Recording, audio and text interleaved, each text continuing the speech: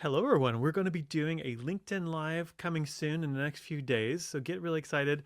Whit, Morris, and I are going to join forces and talk a bit about agentic AI and context windows and how to orchestrate agents. If you've ever wondered about models getting fuzzy in the middle, Whit and I have got some excellent insights we should bring to this. And it'll be based on a demo. There's actually some source code you can check out with us as you follow along and we demo the actual project that we built to showcase this. So, Whit, actually, I want to ask you about context. Is context a warehouse? Context is not a warehouse. What is context, What is context? Is Calvin? it's more of a workspace. Think of Ah, actually when we were talking about context, you had a really good analogy about the uh, the workspace versus warehouse.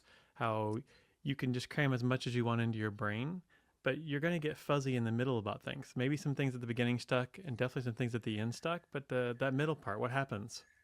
I mean, we do this every day, and we have habits that we use. We use all kinds of software just to store that, right? So we have notepads, we have calendars.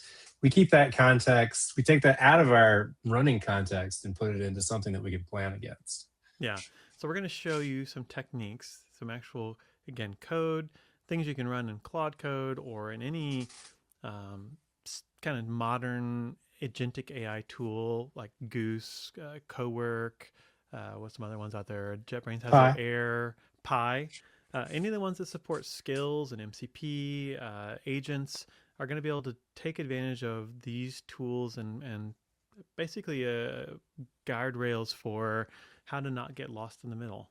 So join us on May 28th for our LinkedIn Live, and then obviously the recordings will be available afterwards. We look forward to talking to you then. Thanks, Whit. Yeah, look forward to it.